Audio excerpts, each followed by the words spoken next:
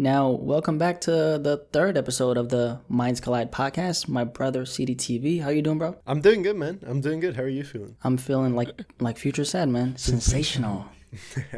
Yeah. So, welcome back, guys, and appreciate you tuning in. So, by the way, really quickly before we get to the actual episode, MindzCollide, we're on Spotify right now, aren't we, bro? Yes, we are. And I'm excited about it, man, because a lot of people have been asking us pretty much since the first episode dropped.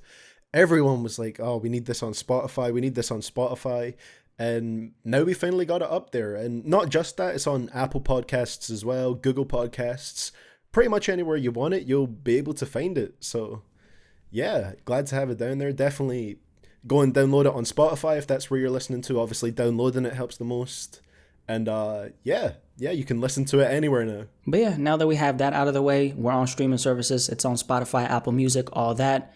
Let's talk about Whole Lotta Red, man. It's been out for what, going on 2 weeks right now? Yeah, around 2.5 weeks about that. Dropped on Christmas, and it's crazy because it doesn't even feel like it's been out for that long. But then for me, maybe that's because I've only listened to it twice since it came out because I've been working on end of year lists and stuff like that. But it doesn't feel like it dropped that long ago. It really doesn't, man. And I think I just think kind of, I don't want to say the hype has died down. It literally just came out. But what I'm saying is, we were all so, everyone, I mean, even if you weren't a Cardi fan, everyone was excited for this album, right? We wanted to hear what it sounded like. And it's like now the crazy amount of hype that it had has kind of, toned down a little bit, right? So we've all heard it.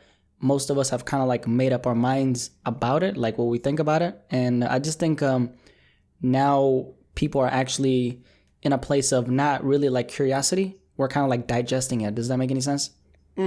Yeah, definitely. And when you say that, most people have made their minds up about it by now, how do you feel about it? Oh man, I mean, see, the thing is, I'm very I'm still actually trying to figure out what I actually think about the album. So anything I'm gonna say is not really set in stone. I'm really still trying to figure out what I actually think about the album. Because see, the thing about me is, I went into this project never really being a Cardi fan. And I was, listening to this album, I was kind of trying to figure out what Cardi was all about, actually all about. So I don't want to say this was my introduction to Cardi. I've obviously listened to him before, right? Obviously. But what I'm saying is I kind of went into this number one with a very open mind. For me, that was huge. You have to have an open mind. And I feel like I did it. And now I'm kind of, like I said, man, just like a lot of other people, I'm still trying to digest it, right? But my kind of, final quote-unquote verdict for now is I personally am not going to listen to this album very much, apart from, I'd say, 2 songs. And what are those 2 songs? So definitely can I say this? I don't know if I can say they thought I was, yeah, don't want to say it. Okay. YouTube can be sensitive. You know what song I'm talking about. Yeah. They thought I was whatever. New Tank, exactly. Yep. So New Tank and Over. I love Over. That's Over's great a good record. one for sure, man. For sure. It's interesting what you said there because I feel like I went into the album in a similar way that you did, and we actually talked about this when we made a video about the expectations for Whole Lotta Red, and we talked about how we feel about it. And I definitely went in a similar way that you did, where not a Carti fan before it, but went in with an open mind, willing to see what he was doing. And obviously, because there was all that hype around it, I was excited to listen to it. And for me personally, I liked the album. This is probably the most I've ever liked a Carti. Not probably, it's definitely the most I've ever liked a Carti album. Way better than Die Lit for me, way better than Self-Titled. I actually like Whole Lotta Red, and that surprised me because while I did go into it with an open mind, there was still a big part of me that was expecting to not like it, or at the very best think it, it's okay but nothing crazy. But I like it. I enjoy the project, and I got a lot out of it, and I think it's something that's going to grow on me with more listens because, like I said, I've only listened to it twice at this point. And that's just because I've been focusing on listening to other things, like I said, for my end of year lists. But I feel like the more I listen to it, the more it's going to grow on me and the more tracks I'm going to like from it. So would you say that you're personally, I guess, convinced? Are you convinced that Playboi Carti is, Is he like a great artist to you now that you've actually listened to the album and you like it? It's weird because I would still say overall, like I wouldn't classify myself as a Carti fan, but it's kind of hard to answer, I guess. I wouldn't say I'm a Carti fan, but in terms of Whole Lotta Red, if I had to give it a number rating, and again, this isn't going to be super accurate because it's just based off not that many listens, but I'd say it's around the realm of like a 6 or a 7 out of 10, which for me, for a Carti project, that's insanely high. I mean, I'm not really big on kind of like the whole ratings thing, like I don't really rate albums like that, but yeah, I mean, I think that's a good score. And at the end of the day, it's like, it ain't really about the quote unquote score. It's about how you're enjoying the project, right? And if you're enjoying it, it doesn't really matter the score you give the album. Yeah, that's sort of like a almost a different topic there. But one thing I want to mention is like, I really don't like it when people put more emphasis on the score someone gives an album than the actual content of like what they say about it or the content of their review. Because I think that's the most important thing. And the score is just like sort of a summary of their overall thoughts. Just a easily digestible score, I guess. But absolutely, yeah. To kind of like just like I guess the score is like people just putting a like just like a number to the album, so people can kind of okay, this is what they thought about it, but it doesn't really define the review. Exactly. But if I was to give Whole Lotta Red a number rating right now, it would be around a 6 or a 7, I'd say. And surprisingly, for an album that's like 24 songs long, I don't think there's a crazy amount of tracks that I disliked on here, which again, like Die-Lit, I don't like most of that album. Self-Titled, I don't like most of that album, but with this, I think the only ones like I wasn't really feeling like at all were Jump Out the House, maybe No Sleep, Meh, Punk Monk, and maybe that's about it. And Place wasn't awful, but Place doesn't need to be on there. Place doesn't sound like it fits in on this album. It sounds more kind of like in the style of Die-Lit. So I mean, so you're feeling the album. I mean, you like the album, right? Yeah, like surprisingly for me.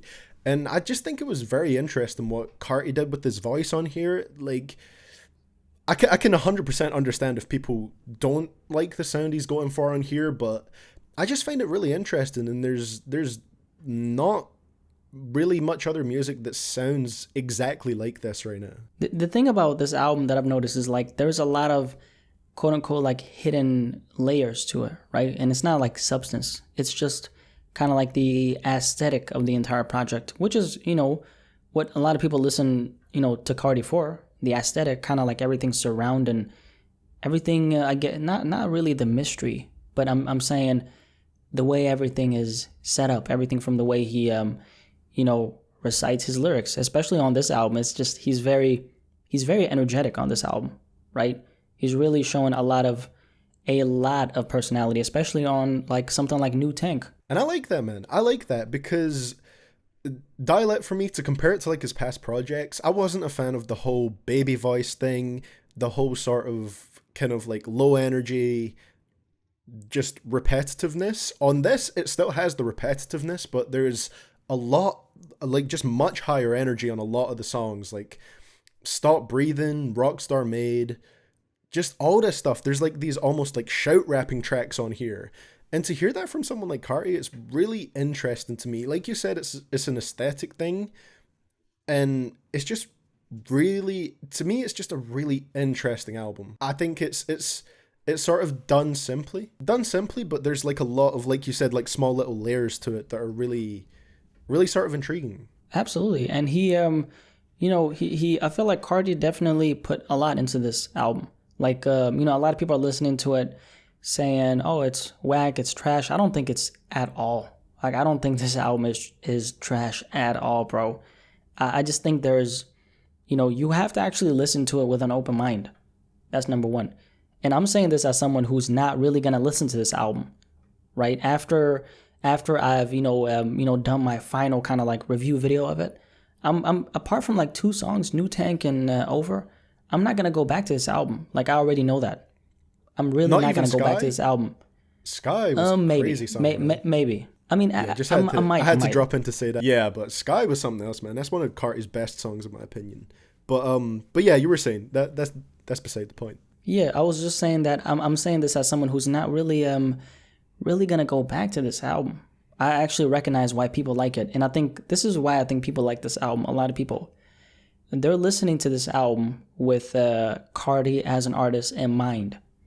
So if you go into this listening to it with I guess like maybe trying to consume it in another way, because Carti is, despite what people think about him, he is a very interesting artist in my opinion. I think what he does is like he does his thing. He has his sound, you know what I mean? And there's really nothing like him in the game. There's nothing like Playboi Carti in the game, and you can say what you want about him, but that's what makes him unique, right? Like he is a very unique artist. And again, I've been one of those guys I've never liked Carti, man. Never really been a Carti fan, but I see why people like the album. You know what I mean? Like, do you kind of see where I'm coming from? Yeah, 100%. I mean, as someone that does like the album, I can see where you're coming from with that. I think Carti, like you said, is a unique artist. Like, and I think he just explores that uniqueness even more, like the most he has on Whole Lotta Red. And I think a lot of people, you know, when it came out, the reception, there was a lot of Carti fans that were disappointed. But I feel like that's because, like, if they don't like the music, of course, and they have their reasons for that, then that's perfectly fine. But I feel like a lot of people did just dislike it because it was different. It was different for Carti, sort of, and it was different from what they were expecting, and they were expecting to hear all these leaks and stuff like that, and they had this picture in their mind of what the album should sound like.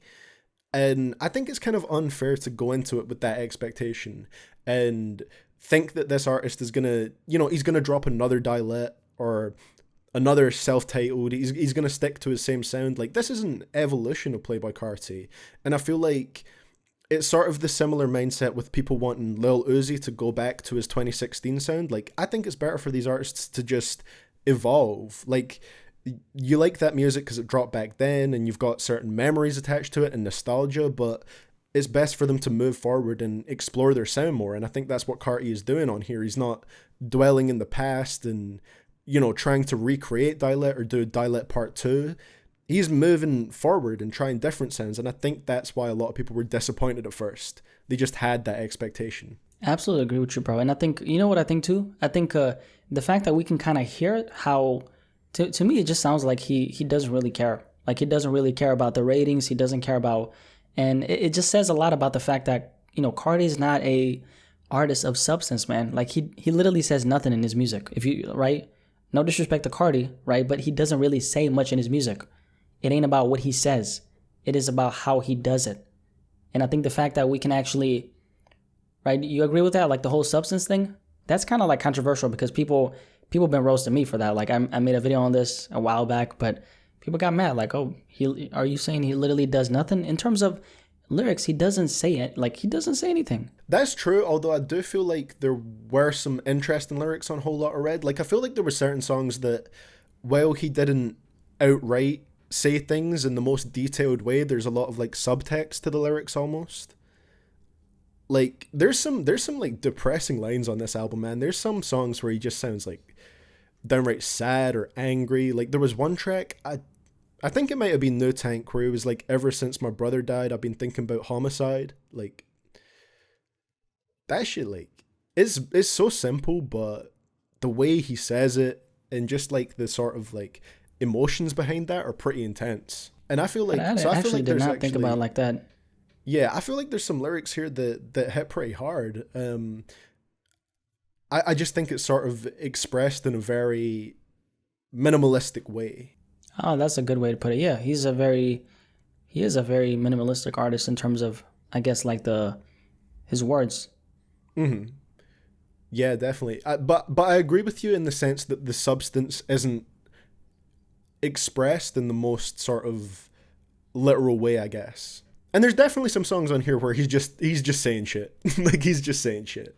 Man, some of it's, but definitely with Carti, the focus is mostly with the sound and the sort of vibe it gives off, and just the energy that the production and the vocals give off. I'd say when it comes to Carti, man, it's the shell of him as an artist that's kind of like in the focus in terms of his music, because he doesn't really put much of himself as a person in the music, so people don't really know who Playboi Carti actually is. And I think that's actually where, not Dial-It, but Whole Lotta Red aside, this is kind of, I guess, like the quote unquote good thing about him making the kind of music he makes, because he has so much to say, right? If he dropped another album next year and he just like opened up, that'd be huge. So I think what we got on Whole Lotta Red is exactly the place he needs to be.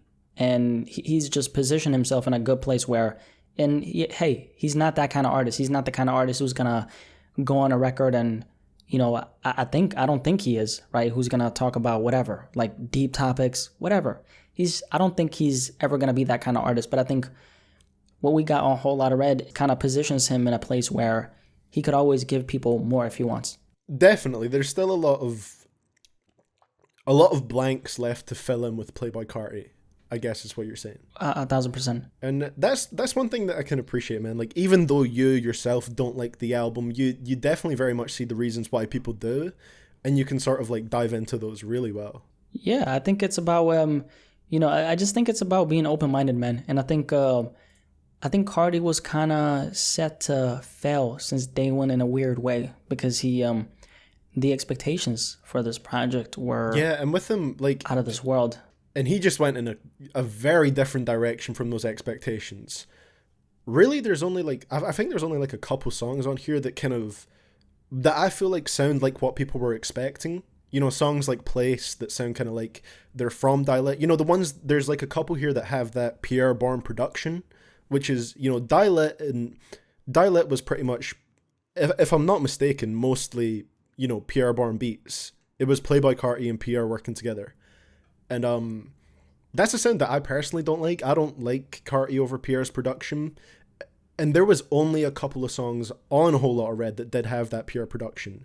And like we were saying, I think that really diverts from what a lot of people expected. But for me personally, that works. It worked a lot. Made for a really, a mostly enjoyable album. But yeah, bro, let's talk about this Popp Hunna situation. Have you seen or heard anything about the case? I made a video on it.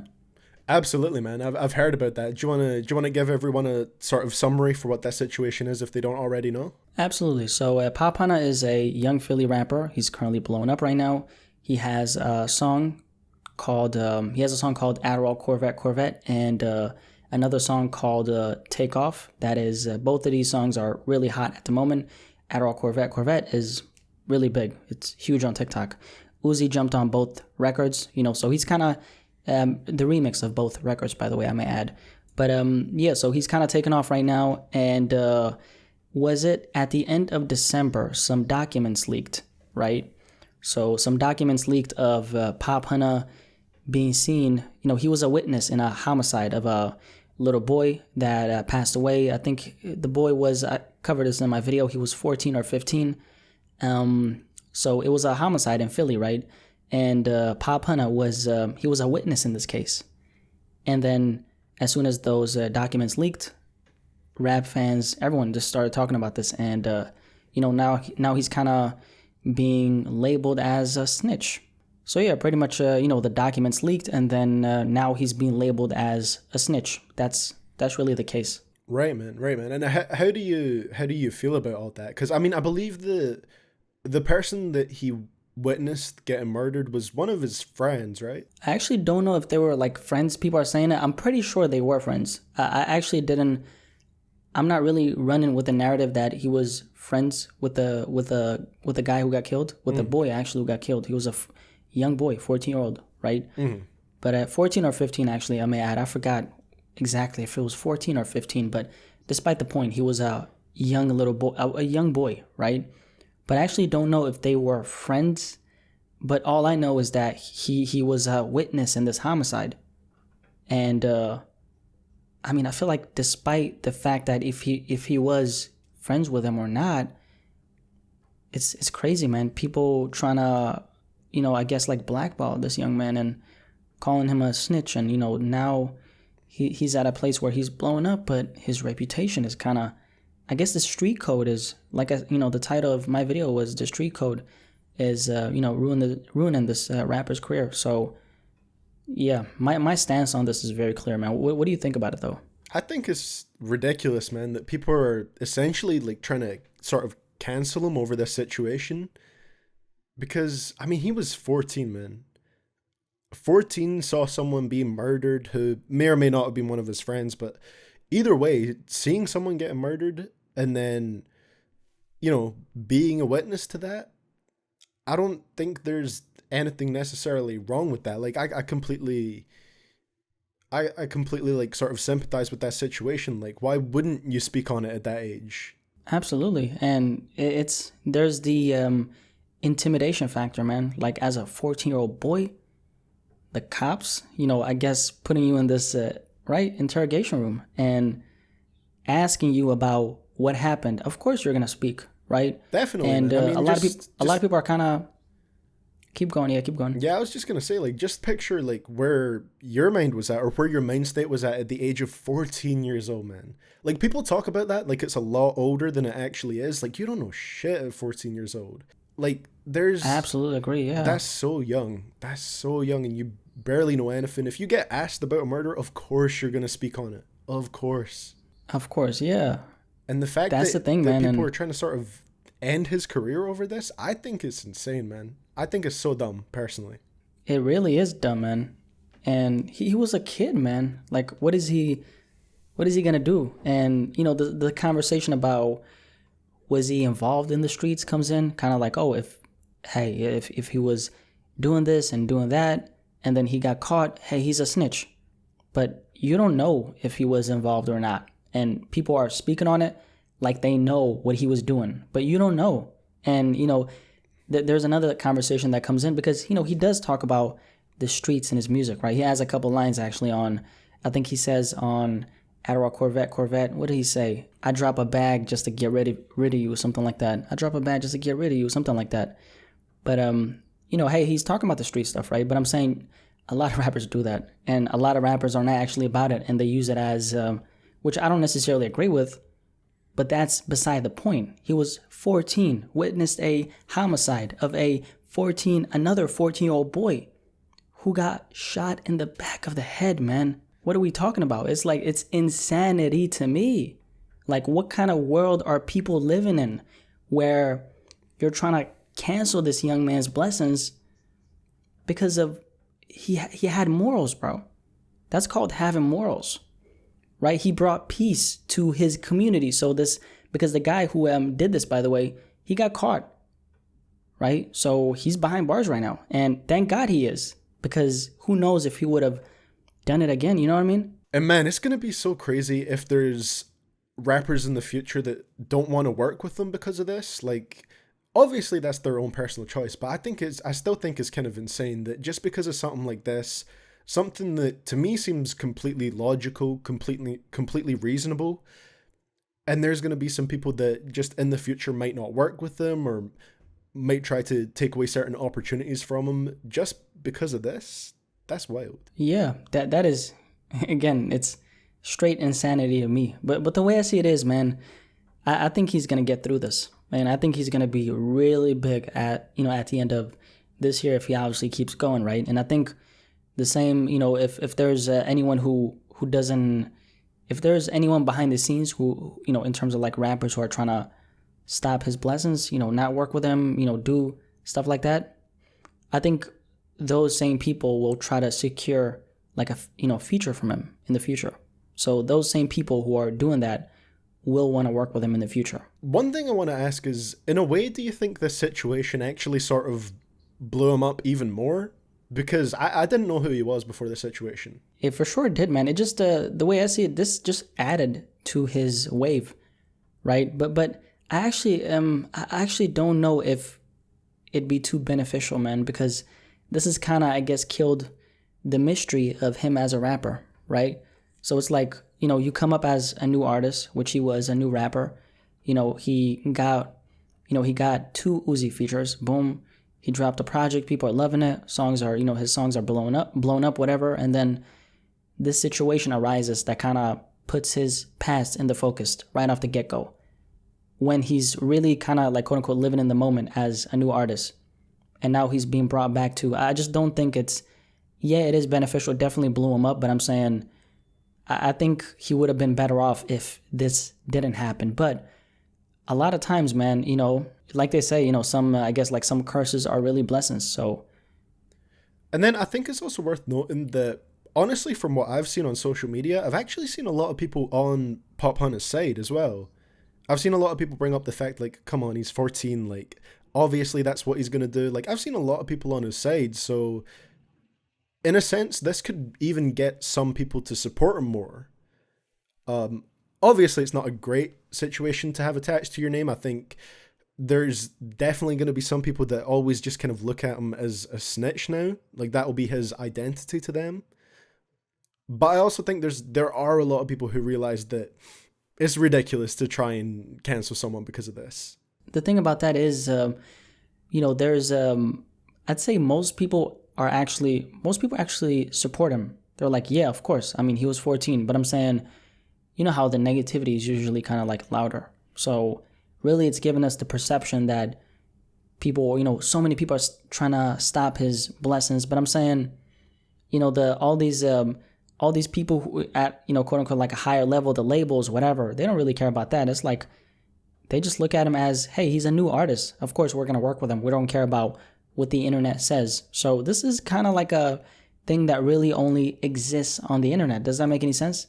Yeah, absolutely. Absolutely. And like you said, I think he's still going to have a big year regardless. I mean, at the moment, he's at 6.2 million monthly listeners on Spotify. Yes, so he's definitely doing great, yeah. Yeah, regardless of the situation, maybe even partially because of the situation, people know about him right now.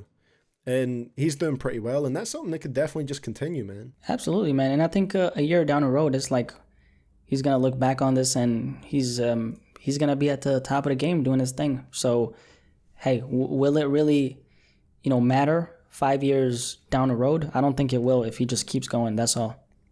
Absolutely, man. You said it best. But anyway, man, let's move from that situation that a lot of people are talking about into an artist that not many people are talking about. And that's actually what the topic is focused on here. I want to talk about why Lil Xan fell off. Lil Xanny, why he fell off. Okay. Yes, sir. Lil Xan, man, he's an interesting guy. Interesting guy, definitely. But why he fell off? Lil Xan is, to me, man, he's just one of those guys who was never supposed to last like that. You know what I mean? 100%. There's a lot of rappers who come into the game and they get their little success, and then after that, they're gone. So they're not really relevant in rap, but they have some money now, so they can do whatever whatever the hell they want to do. So Lil Xan, to me, was just like one of those guys who, he came in the game, had Betrayed was huge, by the way. That song was actually massive. Huge, man. I'm looking at Spotify right now, and it has 460 million streams. That's a lot, man. Definitely, man. Easily. I mean, what year did that drop? Was that 2018? That was actually 2017, bro. 2017. So, like, one of the biggest songs of that year. Pretty much. Yeah, it was Lil huge. Xan dropped one of the biggest songs of 2017. But from that point, it was like, there was Betrayed, and then what else did he have that was like kind of big after that?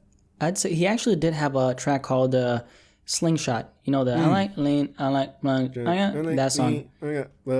Yeah. So that song actually dropped, I'm pretty sure, was it like a couple months before he collabed with Cole Bennett for Betrayed? And then he also had, I think it was called, what was the song called?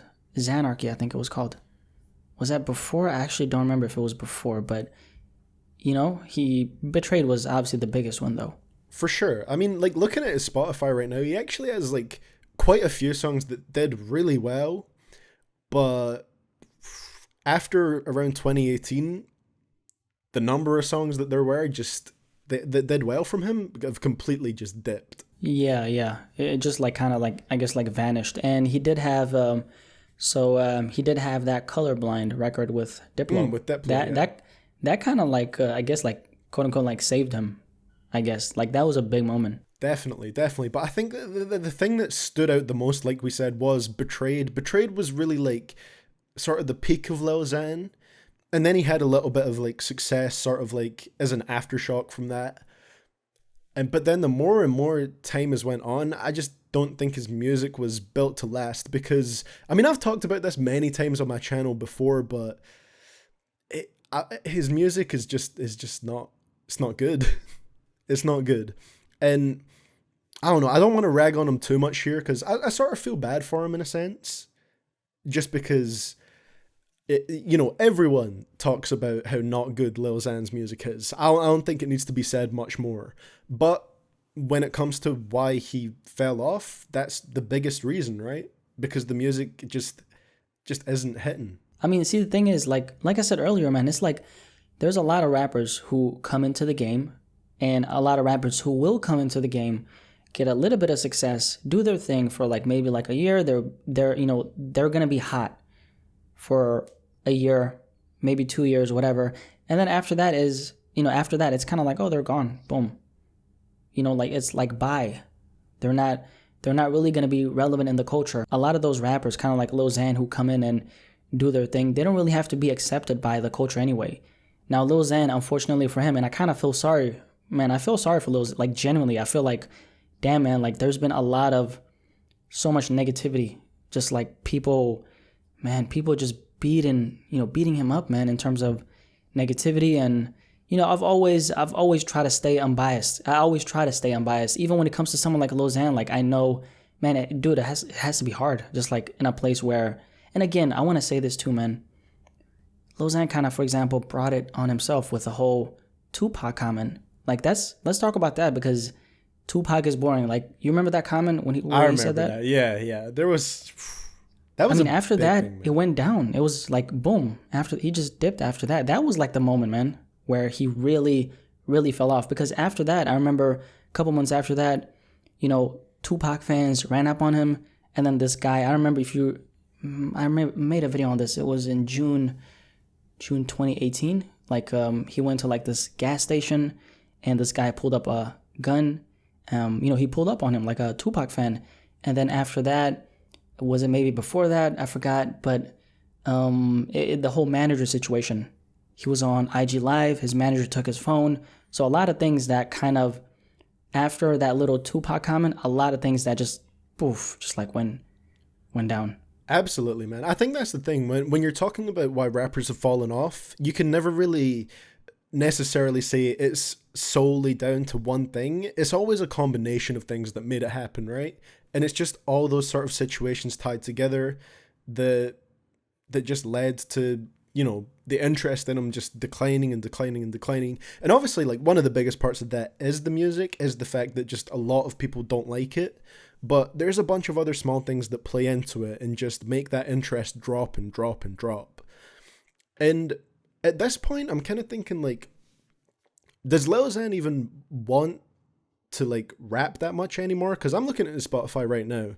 The last time he dropped a project was, like, a while back, and he's barely even releasing songs, like his own songs, that frequently now. I actually don't know if I haven't listened to his recent stuff, but I did listen to this Love Me track, and he doesn't sound like he, judging from that one song, by the way, I haven't listened to it. It has a couple other ones peeping right now. My Girlfriend, TT, Phone, Gassed, and I don't think these are actually like his songs. He's just featured on these records, but yeah, so I don't know if he's rapping. I haven't actually listened to the music he's been dropping, but yeah, I mean, I don't even, was Lil Xan? Yeah, he was kind of a rapper. Obviously, he was a rapper, but I'm just curious if he's sort of, at this point, just happy with the money he's made off of rapping, the money that he's still making off of having a few big songs. Because, I mean, at the moment, he's still at 3.1 million monthly listeners, right? Yeah, he is. So I'm feeling like maybe at this point, he's just okay with where he's at. He's okay with sort of just that residual money rolling in from rapping, and he can focus on doing whatever he wants in his life right now. He doesn't have to focus on consistently dropping music all the time and all that kind of stuff. I feel like maybe he's just all right with where he's at. Exactly. He's I guess like content maybe. I don't know. I'm not too sure how he's thinking, but all I can say is he was never really destined to last.